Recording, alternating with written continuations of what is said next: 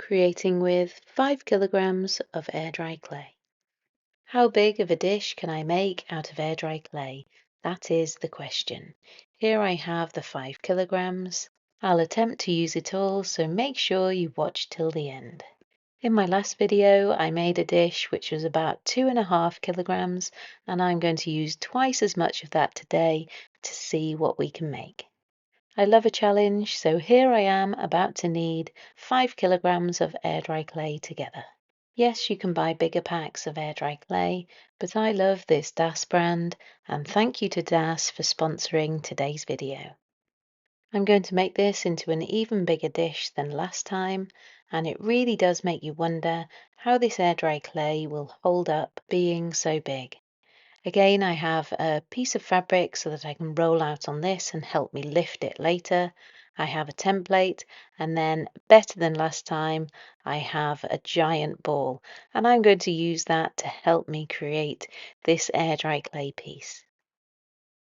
I've brought all the clay together to one nice chunk. It didn't take too long, and I have an old curtain pole for my rolling pin. The clay really is big and solid at 5 kilograms, but I just roll it gently.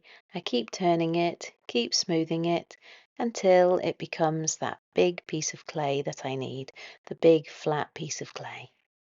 So in this video, I really do hope to prove to you how solid, strong and durable air dry clay really can be.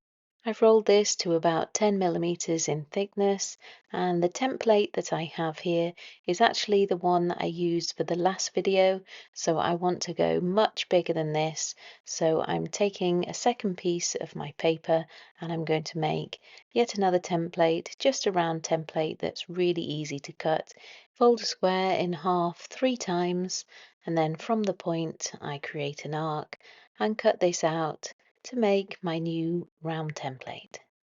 This is a big table that I have here, so this really is quite a big piece of clay. Rolling the clay slightly thinner gives me the size that I'll need.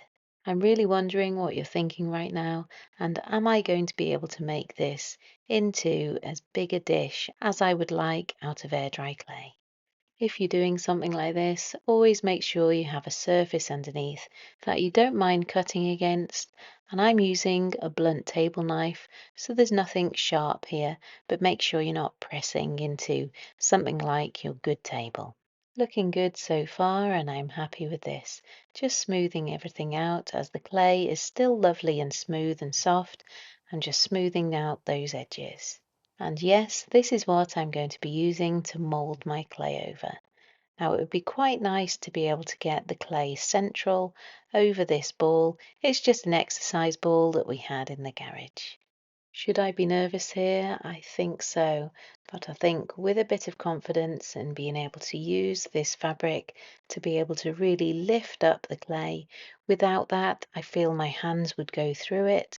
And so with a quick and confident move here, that's what it takes. All kinds could have happened here. The ball might have fallen off the bucket or anything, but the clay seems really nice, sturdy, and I'm able to manipulate this and try and smooth this over the ball. So really, apart from the size, there's really nothing too difficult here at all. And so if you fancy making a smaller one in this way, then feel free to do that. If you want to make an even bigger one, please do let me know how you get on.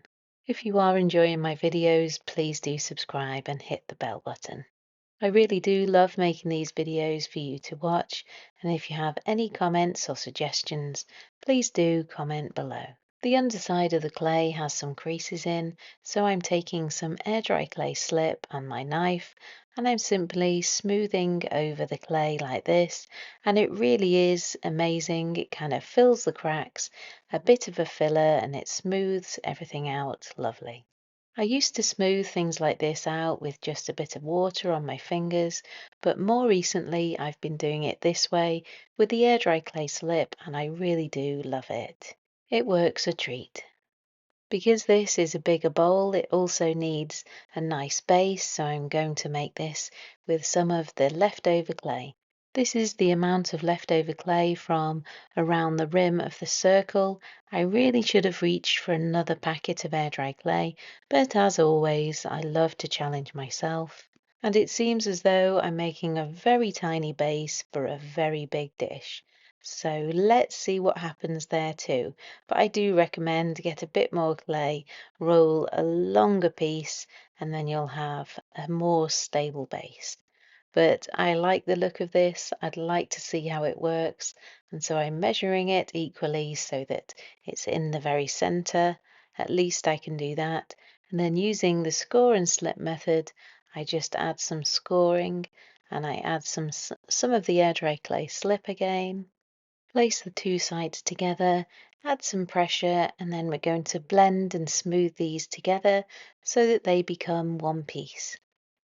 Usually I'm working on a table which is nice and stable, but here we have a bouncy ball underneath, so that's a little bit more of a challenge, but it's all good fun. I've rolled the leftover clay into another coil of clay, and then I put this round so that we can blend and really join that join together to make it really sturdy. At the moment, as well as this, I'm working on lots of other really exciting air dry clay projects, and I can't wait to share all of that with you. What large items would you like to make out of air dry clay? Do let me know in the comments below. So with the scoring, adding the slip and the coil, and really blending these two pieces together, they really do come together as one. And the total of the clay was 4.68 kilograms of clay. That is a big, hefty piece of clay right there that I'm just leaving to dry nicely. The beauty of air dry clay drying naturally in the air with no kiln and no wheel needed. After this had been drying for about a day, it is as you see it here, and I'm just encouraging a little bit of air underneath. This is it after about 2 or 3 days, and it really is starting to dry, and I'm hoping I'm going to take it. Yep, I'm able to take it off the ball, and you can see how it's still damp and wet inside, and I can smooth out any imperfections if needed. I feel that the outside of it is strong enough to hold it up, so I'm going to leave it here for a while to let the inside of it dry. After leaving this for just over a week, it's fully dry and I'm bringing it outside so that I can sand it.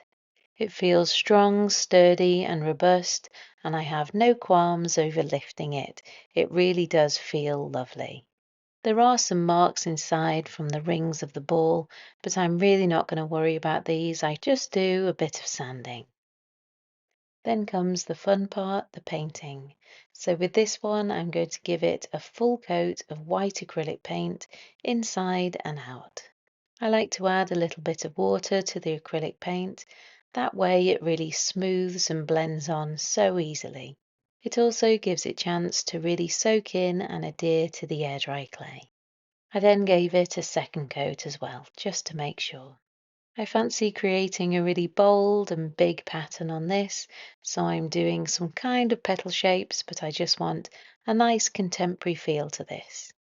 Marking it out with pencil is a good idea, and then I'm erasing any bits that I'm not happy with as I go along. With the last piece, I felt that I went with some really bright greens, so I'm going to do an absolute favourite of mine, which is a navy blue and white. I love that combo. This is also acrylic paint, and I have a nice fine paintbrush. I started painting on first of all, and I was doing it with the full-bodied acrylic paint, and I thought it was going on a bit clumpy, so I've added a little water and I'm smoothing that acrylic paint on, and it's going on beautifully now. The only thing with this is I will need to give it 2 coats of paint. At this stage, yes, I always feel it looks a little messy, but keep building up those colours and keep adding the details and it does improve, I promise. I'm very good at smudging the paint over with my arm or hand, but the really good thing about adding acrylic paint as a base layer, if you do smudge the paint or go wrong, get a damp tissue or a damp cloth and it just wipes away. Just like an eraser, it'll wipe away because we have that base of acrylic underneath. It's a nice shiny surface, so as long as you clear the paint up straight away, that's a great tip. So as you can see, the air dry clay is robust and sturdy. It's easy to paint on, and actually the little base that I did, it's not too small. It actually does work. Maybe for more stability, it might have been better to go bigger, but it's great. After the acrylic paint is fully dry, I give this 2 good coats of varnish. So what do you think? It's strong, sturdy and robust and not going anywhere. Don't forget, air dry clay is not food safe, so don't put your food in here. Let me know what you think below. Thank you for watching, and I shall see you in the next creative video.